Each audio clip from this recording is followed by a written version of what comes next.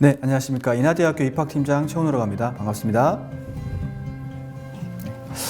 지난 시간에는 우리 인하대학교와 인하대학교의 유망학과 또 입학사장님께서 특별히 추천하시는 학과에 대해서 좀 알아봤는데요. 이번 시간에는 정시 모집에 대해서 좀 상세하게 알아보고 또 입시 결과에 대해서 좀 이렇게 두드려보는 그런 시간이 되겠습니다. 오늘 진행은 고보현 책임 입학사정관님과 함께 진행하도록 할 텐데요. 우리 고 책임님, 수험생들에게 인사 부탁드리겠습니다. 네, 안녕하십니까. 인하대학교 책임 입학사정관 고보현입니다. 네, 반갑습니다. 네, 반갑습니다. 말씀드린 대로 오늘 정시 모집에 대한 입시 결과에 대한 상세한 부분인데요. 학생들이 많이 궁금해할 것 같아요. 이게 정시 부분이 좀 쉬울 것 같지만 또 디테일하게 살펴보면 놓치기 쉬운 부분들이 있거든요. 네, 그런 부분에 대해서 저와 함께 오늘 말씀 나누기 바라겠습니다. 첫 번째는요, 뭐 당연히 중요한 부분입니다. 일정 부분입니다. 일정 부분에 대해서 좀 상세히 안내 부탁드리겠습니다. 네, 일단 수험생 여러분 코로나19 상황에서 수능 준비하시고 또 더 어려웠던 건 수능 시험을 치르느라고 진짜 고생이 많으셨습니다. 특히 마스크를 쓰고 수능 시험을 치르는 학생들이 굉장히 어려움을 토로하기도 했어요. 네, 저희 대학도 마찬가지로 코로나 상황 때문에 정시의 원서 접수 일정이 조금 연기되었거든요. 그래서 일정을 꼭 챙기셔야 되는데 인하대학교 원서 접수 일정은 2021년 1월 7일부터 1월 11일까지 5일간 원서 접수가 진행될 예정입니다. 그리고 서류 제출이 필요한 전형의 경우에는 1월 14일까지 특별히 서류 제출을 받고 있습니다. 잊지 말아야겠습니다. 네네. 특히 더 중요한 사항이 있습니다. 예. 저희가 이제 정시에서 원서를 접수하는 데서 가장 중요한 사항은 대학별 그리고 학과별 경쟁률이라고 생각을 하거든요. 맞습니다. 예, 그래서 올해 인하대학교는 특별히 수험생들의 편의를 위해서 원서 접수 마지막 날에도 매시간 경쟁률을 공개할 예정입니다. 그래서 아마 수험생 여러분들이 지원하는데 큰 도움이 되지 않을까 이렇게 생각하고 있습니다. 아마 기존에는 오후 한 2시 정도, 1시 그 정도에 이제 최종 경쟁률을 공개하고 더 이상 공개를 안 했는데 이제 올해는 최종 경쟁률까지 매 시간 이렇게 학생들이 참고할 수 있게 하신다는 뜻 같습니다. 네, 중요한 사항이네요, 그죠? 네. 다음 또 우리 정시 모집에 크게 봤을 때 중요한 포인트들 몇 가지 있을 것 같은데요. 좀 설명해 주시겠습니까? 네, 오늘 제가 말씀드릴 내용의 요약이라고 생각하셔도 좋을 것 같은데 크게 제가 3가지 사항을 가지고 왔습니다. 예, 첫 번째부터 보시게 되면 우선 정시 최종 모집 인원을 확인해라 입니다. 정시 모집 인원이 확대가 됐고요. 또 정시는 수시 2월 인원이 최종적으로 모집 요강에 반영되게 됩니다.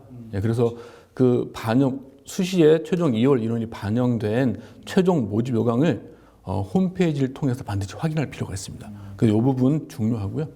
두 번째는 모집 단위, 그러니까 학과별 수능 점수 환산 방법을 확인하셔야 됩니다.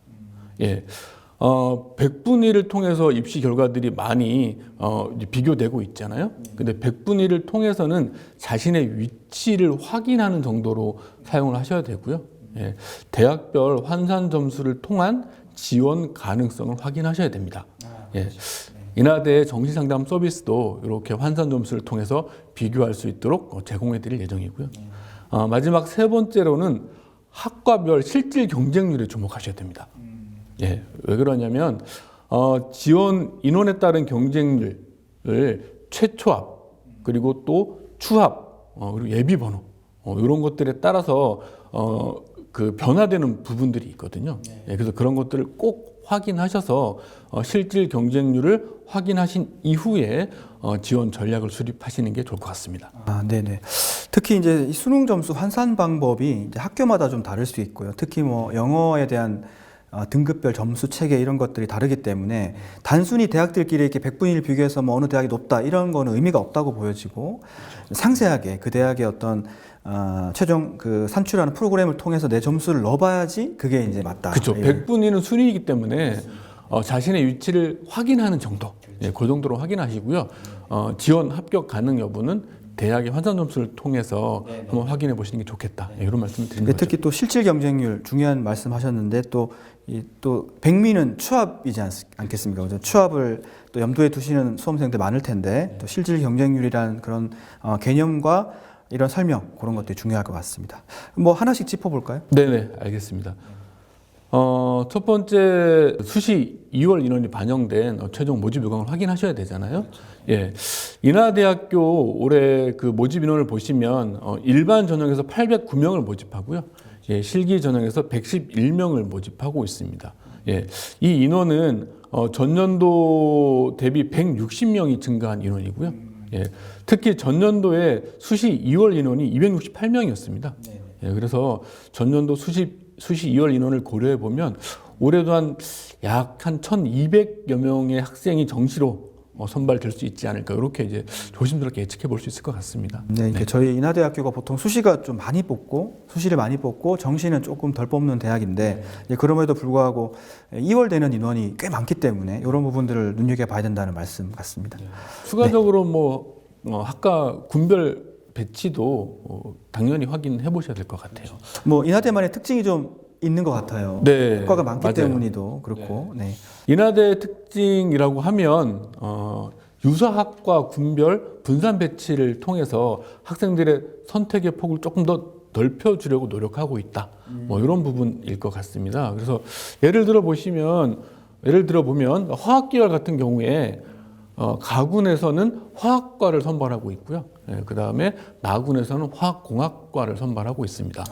네, 그리고 또한 IT 계열을 희망하는 학생들이라면 가군에서는 정보통신공학과, 그리고 나군에서는 컴퓨터공학과, 그리고 다군에서는 전자공학과 이렇게 분산 배치를 해 놓았습니다. 예, 그래서 아마 이게 군별 분산 배치는 이 세 장의 카드로 지원 전략을 수립해야 하는 수험생들에게 아마 원하는 학과의 지원 가능성을 높여줄 수 있는 예, 그런 방안이 아닐까 싶습니다. 좀 이제 저희가 분석한 데이터에 의하면 이제 3개 원서를 쓰는데 인하대학교에 2개 이상 쓰는 학생들이 꽤 많이 이제 있기 때문에 저희가 좀 그런 학생들도 배려한 것처럼 보이네요. 그렇죠. 그리고 뭐 타 대학과 비교할 때도 본인이 원하는 학과가 요즘 명확하게 있잖아요.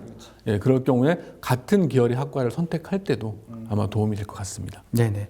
그럼 이제 계열별로 수능 점수를 또 반영하는 방법 이런 거는 또 필수적으로 수험생들이 알아야 되겠네요, 그죠? 예. 그렇죠. 수능 점수의 반영 방법은 아마 여러분들이 이제 한 12월 23일 경에 본인의 가채점이 아닌 실제점 수능 점수를 확인하시게 될 텐데요. 예. 그때 내가 어느 과목을 잘 보았느냐에 따라서 어느 대학에 어느 학과를 지원할 수 있느냐 이런 것들을 확인하실 때 굉장히 유용한 자료가 될 수 있을 것 같습니다. 예, 그래서 그런 부분들이 중요하게 작용을 하기 때문에 인하대학교도 확인을 해보셔야 되는데요. 먼저 자연계열의 경우에 인하대학교는 국어와 수학, 가는 표준 점수를 활용하고 있습니다. 예, 그리고 영어는 등급별 환산 점수를 활용하고요. 탐구는 과탐 2과목을 자체 변환 표준 점수를 활용합니다. 예, 그래서 여기 자체 변환 표준 점수는 수능 성적 발표 이후에 인하대학교 홈페이지에 공개될 예정입니다. 그 표를 받고 그쵸, 제가 예. 매치를 할 수 있는. 100분위에 따른 표준 점수를 변환해서 올려놓거든요. 예, 그래서 그 표를 반드시 확인하셔야 되고요. 그 다음에 한국사도 5% 반영된다는 점은 유의하셔야 됩니다. 네, 뭐 추후에 요거는 이제 등급별로 몇 점 정도 배정이 되는지는 설명이 있을 것 같고요. 중요한 거는 이제 과탐 2과목을 봐야 된다는 거, 자체 변환 표준 점수를 활용한다는 거. 네, 수학도 가형만 반영이 된다는 점도 유의하셔야 됩니다. 자연계는 가형만 반영. 네네. 인문계는 어떤가요? 네, 인문계열의 경우에는 조금 더 주의하셔야 되는데요. 예, 국어와 수학이 표준 점수가 반영된다는 점은 같습니다.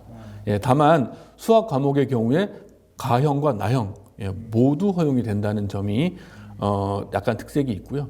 예, 영어는 등급별 환산 점수가 그대로 반영이 되고요. 탐구도 약간 독특한데요. 사탐과 과탐 모두 허용이 되면서 자체 변환 표준 점수를 활용하게 되어 있습니다. 그러면 이제 국어를 잘 본 자연계 학생들도 인문계에 지원할 수 있는 확률이 있겠네요. 그렇죠. 예, 그래서 인문계열의 경우에도 자연계열 학생들이 지원할 수 있는 그런 그 범위를 넓혔다 이렇게 생각하시면 될 것 같습니다. 네, 알겠습니다. 그리고 또 한 가지 꼭 알아야 될 것이 이제 영어. 영어가 이제 등급별로 제공이 되다 보니까 이 등급 간 점수에 대해서 대학들이 많이 차별화를 하고 있어요. 인하대학교는 어떻게? 영어는 아까 말씀드린 것처럼 자체별 등급 환산 점수를 활용하고 있습니다. 예, 그래서 1등급은 보시는 바와 같이 200점, 2등급은 198점, 그리고 3등급은 194점입니다. 이게 1000점 만점. 아니요, 200점이 만점입니다. 아, 200점 만점 예, 중에서. 그래서 1등급은 200점을 받게 되는 건데요. 요 환산 점수가 전년도에 비해서 굉장히 폭을 줄였습니다. 네네. 예, 그래서 보시면 아시겠지만 1등급부터 3등급까지는 충분히 인하대학교를 지원할 때 환산 점수에서 크게 손해를 보지 않도록 이렇게 이제 배치를 해 두었습니다. 예. 작년에 예를 들면 저 2등급이 195점이었나요? 네, 맞습니다. 네. 그러면 이제 1등급과 5점 차이가 나니까 상당히 좀 불리했었고 네. 특히 3등급은 190점이었던 걸로 맞습니다. 아는데 네, 네. 그러면 이제 한 10점 정도 차이가 그렇죠. 나버리니까 3등급이 인하대를 쓸 때 조금 멈칫했을 수 있는데 이제 네. 이렇게 바뀌면 이제 2, 3등급도 뭐 충분히 인하대를 써도 큰 뭐 손해가 없다라고 느껴지겠네요. 그렇죠. 그래서 올해는 영어 3등급까지는 충분히 뭐 국어나 아니면 수학, 탐구 성적에 따라서 인하대를 지원할 수 있는 가능성이 높아질 수 있을 것 같습니다. 네, 이 부분은 꼭 수험생님들께서 이제 인지하셔야 될 것 같습니다. 한국사도 간단하게 나오네요, 밑에. 네. 한국사는 인문과 자연이 등급별로 점수가 약간 다릅니다. 예, 그래서 인문은 4등급까지, 자연은 5등급까지가 50점 만점이고요. 예, 그 다음에 45점은 인문 6등급, 자연은 7등급까지입니다. 거의 학생들이 50점을 맞을 수 있는 점수로 보여집니다. 네, 그러기를 바라야겠죠. 네. 네, 다음은 이제 환산 점수인데요. 아까 이제 언급하셨겠지만 학과별로 조금 이제 뭐 어떤 영역을 좀 더 반영한다든지 그런 차이가 있는 것 같아요. 그 부분 한번 볼까요? 네, 아마 수험생 여러분께서 정시 모집 입시 결과를 확인하실 때 좀 이렇게 잘 모르겠다거나 이 부분 좀 설명이 필요하다 이런 것들이 몇 가지 있을 것 같습니다. 특히 이제 여러분들이 요즘 많이 보는 대입정보 포털 어디 가나 각 대학별 홈페이지를 통해 공개하는 정시 입시 결과를 보시면 대부분 이제 100분위와 영어 등급으로 구성되어 있습니다. 예. 물론 100분위나 영어 등급을 활용하여 선발하는 대학이 있긴 하지만 대부분의 대학은 표준 점수, 예. 그리고 자체 변환 표준 점수를 활용하거나 혼합 방식을 활용하고 있습니다. 네. 예. 그러니까 입시 결과에서 공개하는 100분위나 영어 등급은 수험생의 현재 위치를 확인하는 용도로 활용하시고 아마 실제 지원 가능 여부는 영역별 반영 비율이 반영된 환산 점수를 확인하셔야 한다는 점이죠. 그렇죠? 네. 그렇죠. 아마 그래서 이제 과목별 반영 비율의 차이에 따라서 합격 가능성은 현저하게 달라질 수 있을 것 같습니다. 같은 점수로 학과를 달리했을 때 그쵸. 총점이 바뀌는 그런 거 같습니다. 맞습니다. 예. 인하대학교도 마찬가지인데요. 예. 먼저 인문계열을 보시면 인문계열의 일반 학과의 경우에는 국어가 30%가 반영됩니다. 네, 그렇죠. 그리고 공간정보공학과, 간호학과, 아태물리학부, 글로벌금융학과, 국제학부의 경우에는 수학, 물론 가역 나형이긴 하지만 수학이 30%가 반영됩니다. 예, 그래서 아마 수험생들이 요 표만 보더라도 본인의 점수를 비교 확인해서 내가 어떤 학과를 지원해야겠구나 이런 유불리를 확인하실 수 있을 거라고 생각이 들고요. 네. 자연계열의 경우에는 수학이 30%가 반영됩니다. 요거는 뭐 자연계는 전 학과가 같은 것 같고. 그러면 이제 이 인문계 학과들이 일반과 저 학과 차이에 같은 점수를 받았을 때 좀 다르게 이제 점수를 총점을 받을 수 있는 상황인데, 그 애가 지금 나오네요. 네, 예를 들어서 한번 제가 설명해 드리고자 합니다. 경영학과와 글로벌금융학과 인문의 반영비율이 아까 차이가 있다고 말씀을 드렸잖아요. 예, 그래서 지원자 A가 만약에 동일한 점수를 받고 있다고 예상했을 경우에 비교 대상학과를 보시면 경영학과는 국어가 30%, 그다음에 글로벌금융학과 인문의 경우에는 수학이 30%가 반영이 됩니다.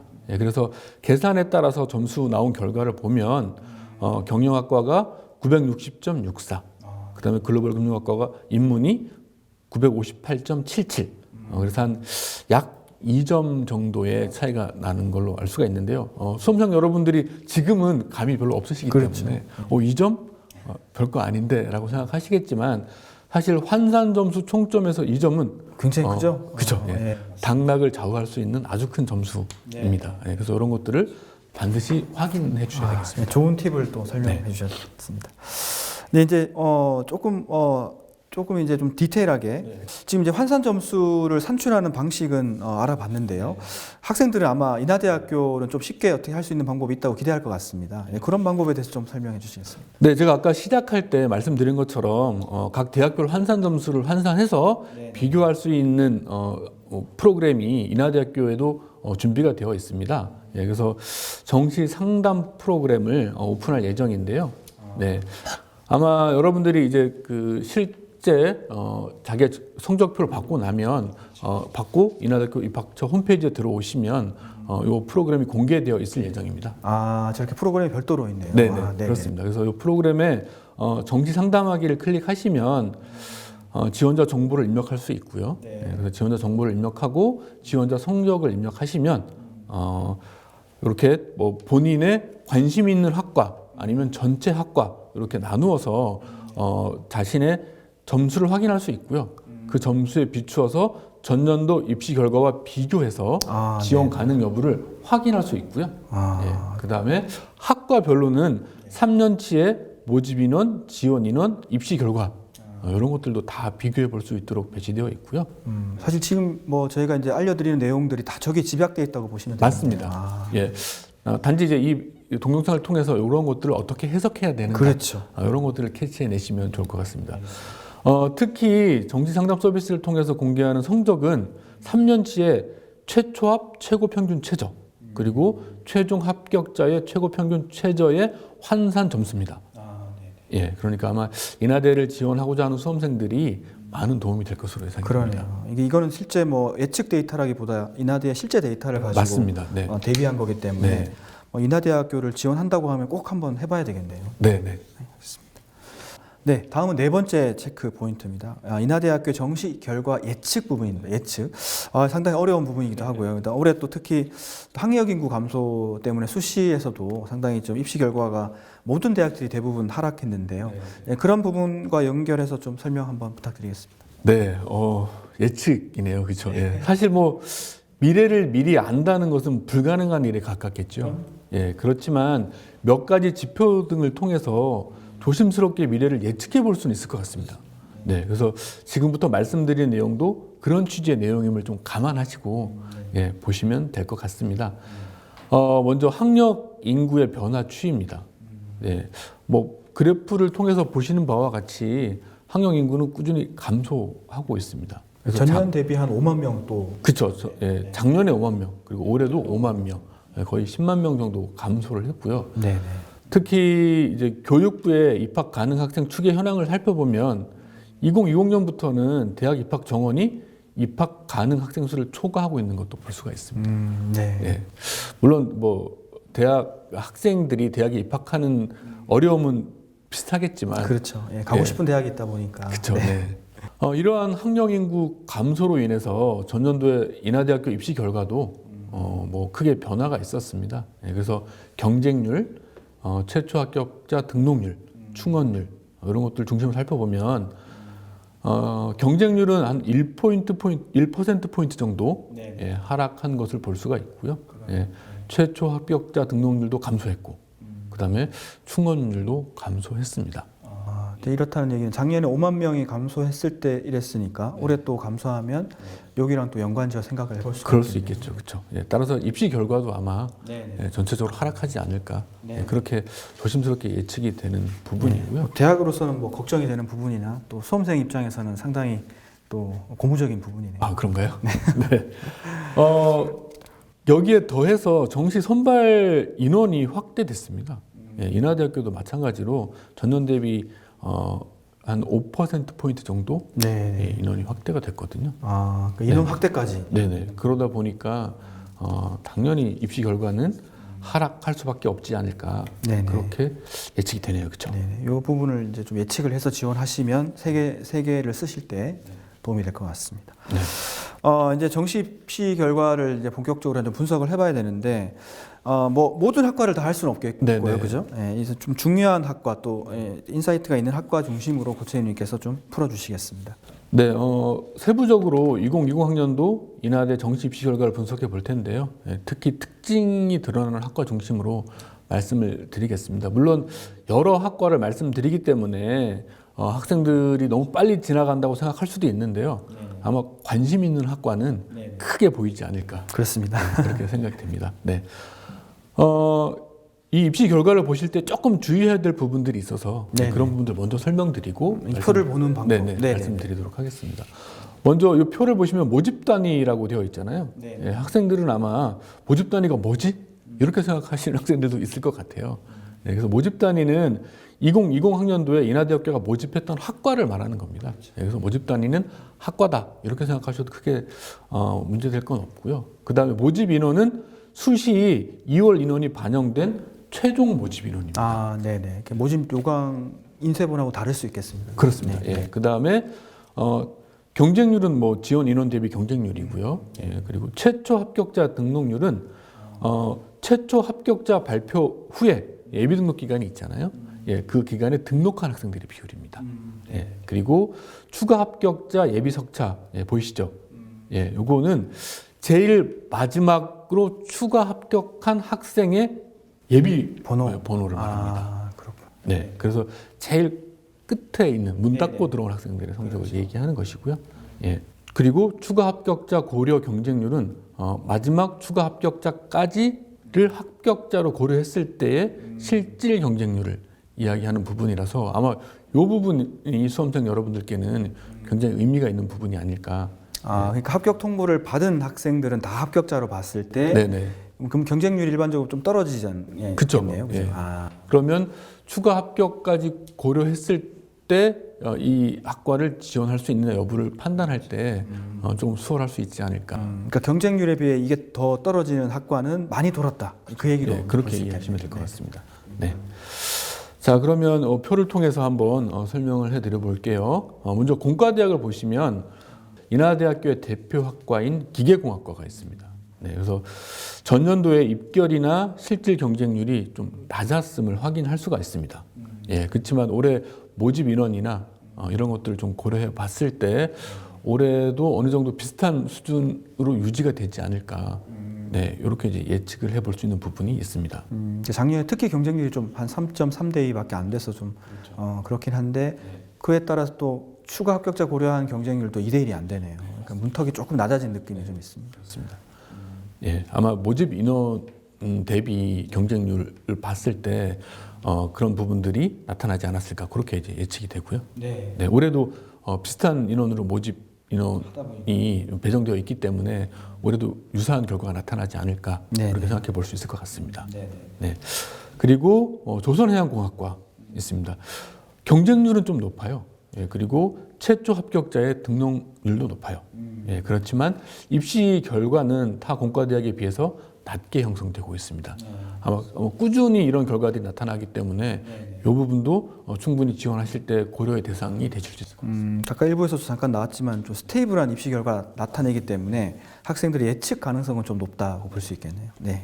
그리고 고분자공학과를 보시면 이렇게 그 점으로 표시되어 있잖아요. 네네. 전년도에 최초 합격자 중에 등록자가 없었다. 네, 이렇게 볼 수 있는 학과들입니다. 그리고 공간정보공학과, 예, 올해도 자연인문을 분리해서 모집하고 있습니다. 보시면, 예, 그렇지만 건축학부나 컴퓨터공학과의 경우에는 그 자연 계열로만 올해는 모집을 합니다. 예, 그래서 그렇죠. 입시 결과를 보실 때 자연 계열의 입시 결과를 중심으로 검토를 하셔야 된다. 예, 이 부분도 참고해 주셔야 될 것 같습니다. 올해는 자연 계열만 뽑으니까요. 네, 맞습니다. 예. 그리고 자연과학대학을 보시면 다군 통계학과 한번 보시면요, 입시 결과는 높지만 추합의 가능성이 굉장히 높다는 걸 알 수가 있습니다. 예, 그래서 다군의 경우에는 추가 합격자가 많이 돈다 이런 것들을 확인해 볼 수 있는 통계가 될 수 있을 것 같습니다. 그러니까 실질 추가 합격자 고려 경쟁률이 1.64대 1밖에 안 되니까 맞습니다. 사실 2대 1이 많이 안 되는 수치네요. 그렇습니다. 네. 그러니까 단순히 이제 이런 입시 결과만 볼 게 아니라 이런 것들을 같이 고려하면서 그렇죠. 예. 네, 수험생들이 좀 여러 개 학과를 리뷰를 해봐야겠네요. 네, 세부적으로 검토를 해 주셔야 되고요. 예. 특히 기본적인 입시 결과의 데이터는 인하대학교 입학처 홈페이지를 통해서 공지가 되고 있습니다. 예, 근데 여기 추가 합격자를 고려한 실질 경쟁률은 저희가 처음 공개하는 부분이기 때문에 아마 이 동영상을 통해서만 확인해 주실 수 있을 것 같습니다. 네, 살펴봐 주시면 될 것 같습니다. 우리 수험생 여러분들. 네. 경영대학 계속해서 보시면 경영대학은 인하대 인문계열을 대표하는 특성화학과인 아태물리학부가 있습니다. 네, 보신 바와 같이 입결이 가장 높고 최초 합격자 등록률도 높습니다. 예, 그래서 아마 우수한 학생들이 많이 지원하는 그런 학과다. 이렇게 분석해 볼 수 있고요. 지금 보시면 국어교육과는 좀 설명 한번 해주시겠습니까? 지금 특히 추가 합격자 고려 경쟁률이 매우 낮네요. 네네. 사실 이제 그 학생들이 최초 합, 그다음에 추합까지 가는 학생들의 패턴이 정상 분포 곡선을 그리지는 않습니다. 그렇죠. 예, 그러다 보니까 중간에 두터운 층을 형성하다가 추합 끄트머리 쪽에는 약간 간격이 많이 벌어져서 학생들이 합격할 수가 있거든요. 사실 그런 것들은 어떤 것들을 의미하냐면 학생들이 몰려 있는 구간에만 몰려요. 그렇죠. 예, 그래서 이 몰려 있는 구간의 학생들이 모두 빠져나가면 약간 상향 지원한 학생들에게도 의외의 결과가 나타날 수 유리할 있는, 수 있겠네요. 예, 그런 부분도 있긴 있습니다. 네, 이제 이런 패턴을 잘 보시고 학생들이 한 3개 정도 지원할 때 고려하면 되겠네요. 추가적으로 경영학과도 한번 보셔야 되는데요. 예, 아태물리학부하고 비교해 보셨을 때 경영학부는 모집 인원이 많습니다. 그렇죠. 네, 그래서 그러다 보니까 실질 경쟁률이 많이 낮아짐을 알 수가 있습니다. 네, 그래서 모집 인원도 굉장히 지원 전략을 수립할 때 중요한 요소 중에 하나다라고 생각을 하시면 될 것 같고요. 네. 예, 또 사범대학에서는 아까 국어교육과도 있지만 사회교육과의 입시 결과도 좀 높았습니다. 예, 그래서 이런 부분들도 참고해 주셔야 될 것 같습니다. 이게 이제 수험생들이 한 해 거만 볼 게 아니고 한 2, 3년 거를 같이 이런 식으로 비교를 해보면 더 좋겠네요. 네, 맞습니다. 네, 네. 알겠습니다. 계속해서 사회과학대학을 보시면 행정학과가 입결이 가장 높긴 하지만 최초 합격자 등록률이 낮아서 추합 가능성이 좀 높음을 알 수가 있고요. 네. 아동심리학과의 경우에는 최초 합격자 중에서 등록자가 없었습니다. 네. 그리고 이제 문과대학과 의과대학이 남았는데요. 예. 문과대학 중에서는 일본 언어문화학과가 있습니다. 예. 다군이고 어문학 계열 중에서는 선발 인원이 많아서 변동의 폭이 큽니다. 그렇네요. 네, 이 부분 참고하셔야 되고요. 그 다음에 올해는 특히 영어 영문학과의 선발 인원이 17명으로 확대되었습니다. 네. 네, 그래서 이 부분도 지원에 있어서 변수가 될 수 있을 것 같습니다. 네. 네. 마지막으로는 의학과가 있습니다. 예, 추합이 86번까지 최종 합격하여서 경쟁률 대비 실질 경쟁률이 현저히 낮음을 알 수가 있습니다. 그러네요. 네. 아무래도 다군이다 보니까 학생들이 또 그런 성향을. 맞습니다. 그래서 올해도 다군에서 9명을 선발함으로 전년도와 유사한 결과를 보이지 않을까 이렇게 예상할 수 있을 것 같습니다. 사실 의학과도 매년 입시 결과가 스테이블한 학과죠. 예, 아무래도 2월 인원도 없고 거의 그러다 보니까 그런 것 같습니다. 마지막인데요. 예, 저희가 계속 기다렸던 부분입니다. 첨단 융합학부 4개 학과인데 이게 이제 아까 말씀드렸지만 사실 전에 뽑았던 이력이 없기 때문에 올해 예측은 상당히 힘들 것 같습니다. 네, 그래도 맞아요. 네. 그래도 수험생들한테 이런 기회에 좀 잣대를 드리면 좋을 것 같은데요. 네, 올해 첨단 융합학부는 4개 학과에서 62명을 선발할 예정입니다. 네. 아마 그 지원을 희망하는 학생들이 도대체 어떤 기준으로 어떻게 지원을 해야 될까 굉장히 혼란스럽거나 좀 이렇게 내용을 알고 싶어하는 학생들이 많을 것 같은데요. 네, 어렵긴 하지만 입시 결과를 좀 예측해서 말씀드려 보도록 하겠습니다. 먼저 군을 살펴보면요. 인공지능공학과와 스마트 모빌리티 공학과는 다군에 배치되어 있고요. 데이터 사이언스 학과는 가군에서 일반 전형으로 선발합니다. 네, 그리고 디자인 테크놀로지 학과는 다군에서 실기 전형으로 선발을 합니다. 한 학과씩 보면은요. 먼저 인공지능공학과입니다. 인공지능공학과의 유사학과는 정보통신공학과, 컴퓨터공학과인데 군이 조금씩 달라요. 그래서 인공지능공학과는 다군에 배치되어 있습니다. 그래서 다군의 특성상 추합이 많이 발생할 겁니다. 그래서 그렇지만 추합이 많이 발생한다고 하더라도 인하대 전자공학과보다는 약간 높은 입결이 예측되지 않을까. 이렇게 저희가 이제 예상하고 있고요. 데이터 사이언스 학과의 유사학과는 컴퓨터공학과, 통계학과, 경영학과, 공학과, 경제학과 네네. 예, 상당히 등입니다. 폭이 넓네요. 네. 네네. 근데 가군에 배치되어 있기 때문에 예, 가군에서 통계학과보다는 다군의 통계학과보다는 약간 높은 예, 가군의 컴퓨터 공학과와 유사한 예, 입시 결과를 보일 것으로 예상을 하고 있고요. 네. 예. 그다음에 스마트 모빌리티 공학과는 전기, 정보통신, 기계전자, 공간정보공학과가 유사한 학과입니다.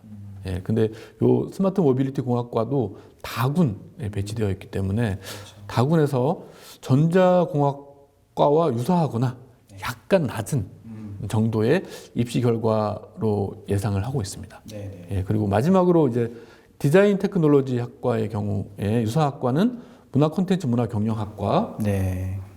정보통신공학과, 컴퓨터공학과입니다. 네네. 예, 실기 전형이지만 수능 성적이 70%가 반영이 되거든요. 그렇죠. 예, 그러다 보니까 수능이 중요한 변수로 작용을 할 텐데요. 네네. 네, 아마 정보통신공학과 정도의 입결을 보이지 않을까. 예, 이렇게 예측을 해볼 수가 가장 있을 것 예측이 같습니다. 좀 어려운 학과인 것 네, 같은데. 그렇긴 합니다. 네. 네, 이제 이 학과들의 어떤 유사 학과를 중심으로 이제 입시 결과 예측이 됐는데 여기에 이제 아까 초반에 말씀드렸던 우리 학력 인구 감소 부분 그런 부분들이 고려가 좀 안 된 것 같아요. 네, 그 부분은 사실 수치로 보여드리기엔 상당히 어려움이 있습니다. 예, 근데 한 2년간의 입시 결과의 하락폭을 보면, 네, 적어도 10% 정도? 네.